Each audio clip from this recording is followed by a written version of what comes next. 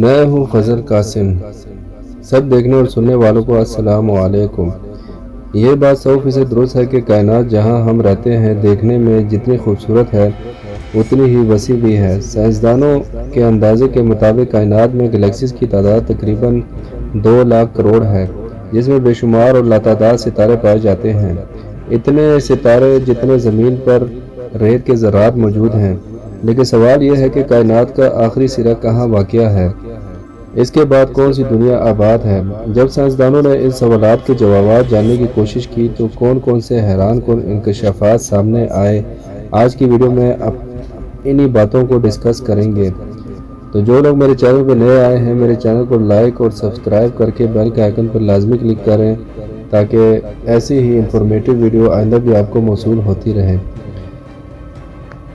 لہٰذا آپ سے گزارش ہے کہ اس قیمتی ویڈیو کو شروع سے لے کر آخر تک ضرور دیکھیں۔ تو آئیے چل کر موضوع کا باقاعدہ آغاز کرتے ہیں۔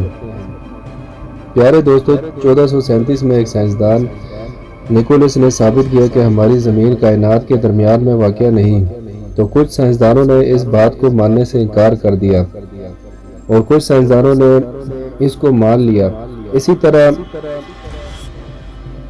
ایڈون ہیبل نے 20ویں صدی میں دنیا کو بتایا کہ کائنات میں پائی جانے والی گلیکسی ایک دوسرے سے دور ہوتی جا رہی ہیں، جس کی وجہ سے ایک دن ہماری کائنات ختم ہو جائے گی۔ جس طرح یہ زمین اتنی پھیلی ہوئی ہے کہ اس کے آخری حد کے بارے میں کسی کو معلوم نہیں، اسی طرح یہ کائنات بھی بہت لامحدود ہے جس کے بارے میں ہمیں کچھ نہیں پتہ کہ یہ کہاں ختم ہوتی ہے، اور شاید ہم اس کی حقیقت تک کبھی نہ پہنچ سکیں، جبکہ سائنسدانوں کے لیے اس بارے میں کھوج لگانا ایک اہم قدم ہے۔ لیکن فی الحال سائنسدان اتنا ہی جان سکے کہ کائنات کے کناروں سے جو روشنی آ رہی ہے وہ کتنی دوری پر ہے۔ سائنسدانوں کے مطابق کائنات کے کناروں کو آبزرور کائنات کہا جاتا ہے، جس کا سائز 93 بلین لائٹ ایئر ہے۔ یعنی اگر انسان روشنی کی رفتار سے سفر کرے تو انسان کو اس کائنات سے نکلنے کے لیے 93 ارب سال لگ جائیں گے۔ اس کائنات میں 2 لاکھ کے قریب گلیکسیز موجود ہیں اور یہ تعداد بڑھتی جا رہی ہے، جس کی وجہ سے آبزرور کائنات وسیع ہوتی جا رہی ہے۔ اس کے ساتھ سوال یہ ہے جو حصہ ہم نے آبزرور کائنات کا دیکھا وہ کتنا بڑا ہے۔ سائنسدان کہتے ہیں اس کائنات کو وجود میں آئے 13 ارب سال ہو گئے ہیں۔ جب یہ دنیا وجود میں آئی تھی تب اس سے نکلنے والی روشنی 13.8 ارب لائٹ ایئر کے حساب سے اس خلا میں سفر کر رہی تھی، جو اب کم ہوتی جا رہی ہے۔ ناظرین گرامی، جدید سائنس کے تجربات کے مطابق وقت کے ساتھ ساتھ ہماری زمین پھیل رہی ہے۔ اس پھیلاؤ کی وجہ سے کہکشاؤں اور زمین کے درمیان فاصلہ بھی بڑھ رہا ہے۔ جب یہ کائنات معرض وجود میں آئی تھی تب یہ اتنی بڑی نہیں تھی۔ کہکشاؤں کے پھیلنے کی وجہ سے اس کا سائز بڑھتا جا رہا ہے۔ کائنات میں نئی بننے والی کہکشاؤں سے نکلنے والی روشنی کو زمین تک پہنچنے میں 32 ارب سال لگتے ہیں۔ آہستہ آہستہ یہ وقت اور بھی بڑھ جائے گا۔ اس کائنات میں ایسے ڈارک میٹر موجود ہیں جو کشش ثقل یعنی گریوٹی رکھتے ہیں۔ زمین کے پھیلنے میں یہ کشش ثقل اہم کردار ادا کرتی ہیں۔ تحقیق سے ثابت ہوا اس کی گریوٹی کی وجہ سے کائنات پھیل رہی ہے۔ ایک بات جان کر آپ حیران رہ جائیں گے، ہماری کائنات جس طرح پھیل رہی ہے اسی طرح سکڑ رہی ہے۔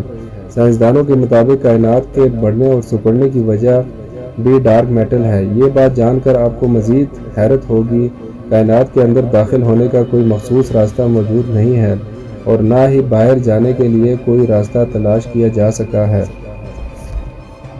سائنس یہ ضرور کہتی ہے کہ کائنات کی ایک حد ہے، لیکن وہ حد کون سی ہے اس کے بارے میں کوئی سائنٹسٹ ٹھوس جواب فراہم نہیں کر سکا۔ سائنسدانوں کے مطابق ستارے اور کہکشاں بننے کے لیے اس میں میٹر کی موجودگی ضروری ہوتی ہے۔ اس لیے جس جگہ پر میٹر موجود ہوتا ہے وہاں پر کہکشاں اور ستارے بن جاتے ہیں۔ اس وجہ سے کائنات کا کوئی مخصوص کنارہ نہیں ہے۔ ڈارک میٹر کی کشش ثقل کی طاقت نے ایٹم اور مالیکیول کو ایک جگہ پر اکٹھا کیا ہوا ہے، جس کی وجہ سے یہ کائنات پھیل رہی ہے۔ پیارے ساتھیوں، حیرت کی بات تو یہ ہے یہ کائنات پھیل تو رہی ہے لیکن پھٹ نہیں رہی۔ اس بات کو سمجھنے کے لیے بیکنگ پلیٹ کی مثال دی جا سکتی ہے۔ جیسے اس میں موجود بیٹر پھیلتا رہتا ہے، پھٹتا نہیں ہے لیکن کناروں سے باہر بھی نہیں آتا۔ سائنسدانوں کے مطابق آبزرور کائنات میں سب سے دور والی کہکشاں ہم سے 40 ارب لائٹ ایئر کی دوری پر ہے۔ کہکشاؤں کی تصاویر بنانے والی ایک ٹیلیسکوپ نے سب سے دور والی کہکشاں زیڈن ایلون کی تصویر کھینچی ہے۔ یہ کہکشاں زمین سے دکھائی دینے والی کائنات کی آخری کہکشاں ہے۔ کائنات کے پھیلاؤ کی وجہ سے اس گلیکسی کو ہم تک پہنچنے میں 32 ارب سال لگ سکتے ہیں۔ یہ کہکشاں روشنی کی رفتار سے بھی زیادہ ہم سے دور جا رہی ہے۔ یہاں پر ایک اہم نکتہ یہ ہے کہ کائنات میں کوئی میڈیم نہیں جو ہم سے دور جا رہا ہے، بلکہ کائنات میں موجود چیزوں کے درمیان فاصلہ بڑھ رہا ہے۔ اس کی وجہ کائنات کا پھیلنا ہے۔ جیسا کہ ہم نے غبارے کی مثال دی کہ جب غبارے میں ہوا نہیں ہوتی تو اس کا حجم بہت کم ہوتا ہے، یعنی اس کا پھیلاؤ نہیں ہوتا، اور جب اس میں ہوا بھری جاتی ہے تو آہستہ آہستہ اس کا حجم بڑھنے لگتا ہے، یعنی کہ اس کا پھیلاؤ زیادہ ہونے لگتا ہے۔ اگر غبارے کے اوپر کوئی نقطے والی اشکال ہو تو آپ دیکھیں گے ہوا بھرنے کے ساتھ ہی ان نقطوں کے درمیانی فاصلہ بھی بڑھنے لگتا ہے۔ دوستوں، یہ بھی ممکن تھا اگر ہمارے زمین کے سفر کرنے کی رفتار بہت تیز ہوتی تو آج ہم زیڈن 11 کہکشاں پر ہوتے۔ سائنسدانوں کے مطابق اگر ہم بگ بینگ کے فوراً بعد والی کہکشاؤں کے بارے میں جان جائیں تو ہم اس کائنات کی عمر کا اندازہ لگا سکتے ہیں۔ تحقیق سے ثابت ہوا ہے کہ جب پہلی کہکشاں بنی تھی تو اس کے فوراً بعد کائنات نے پھیلنا شروع کر دیا تھا۔ ایسا بھی ممکن ہے اس کا پھیلاؤ کاسمک سنگولیرٹی تک پہنچ چکا ہو۔ اگر اس کی حد وہاں تک پھیل چکی ہو تو یہ ہمیں بتا سکتی ہے کہ بگ بینگ سے پہلے دنیا میں کیا تھا۔ بگ بینگ کے وقت بہت سی کہکشاؤں نے ایسی روشنیاں ریڈیشن جاری کیے تھے آج بھی کائنات میں موجود ہیں۔ یہ روشنیاں ایک لائٹ ایئر کا کام کرتی ہیں۔ اس کا مطلب یہ ہے یہ ریڈیشن جہاں تک دکھائی دیتی ہیں وہاں تک کائنات ہے۔ بگ بینگ کے 3480 سال کے بعد یہ ریڈیشن خارج ہوئی تھی۔ ان کی وجہ سے کائنات اتنی ٹھنڈی ہو چکی تھی کہ اس میں ایٹم بننا شروع ہوئے۔ سائنسدانوں کے مطابق جب پہلا ستارہ بنا تھا تو اس وقت یہ کائنات رکاوٹوں کی وجہ سے بہت دور تک پھیل چکی تھی۔ یہی وجہ ہے کہ ہماری کائنات کا آخری کنارہ ہے اور اس کو آبزرور کائنات بھی کہا جاتا ہے۔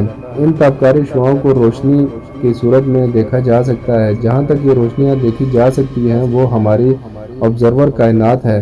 جو چیزیں اس حد سے باہر ہیں انہیں اور کئی طریقوں سے جانچا جا سکتا ہے۔ یہ بات انتہائی قابل توجہ ہے کہ سائنس نے جو دریافتیں 20ویں صدی بالخصوص اس کی چند آخری دہائیوں میں حاصل کی ہے، قرآن مجید انہیں آج سے 1400 سال پہلے بیان کر چکا ہے۔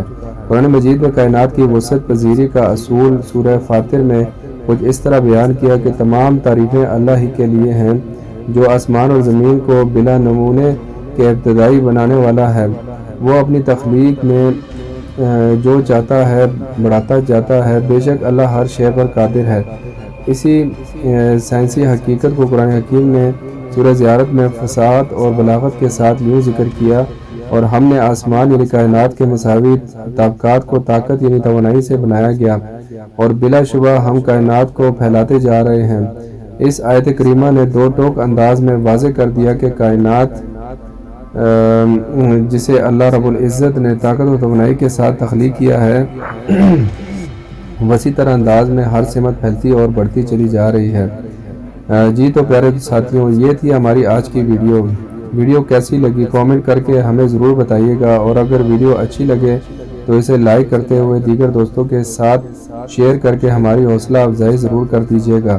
انشاءاللہ آپ سے ملاقات ہوتی ہے اگلی معلوماتی اور انٹرسٹنگ ویڈیو میں۔ تب تک اپنا اور اپنے دوستوں کا ڈھیر سارا خیال رکھیے گا۔ خدا حافظ۔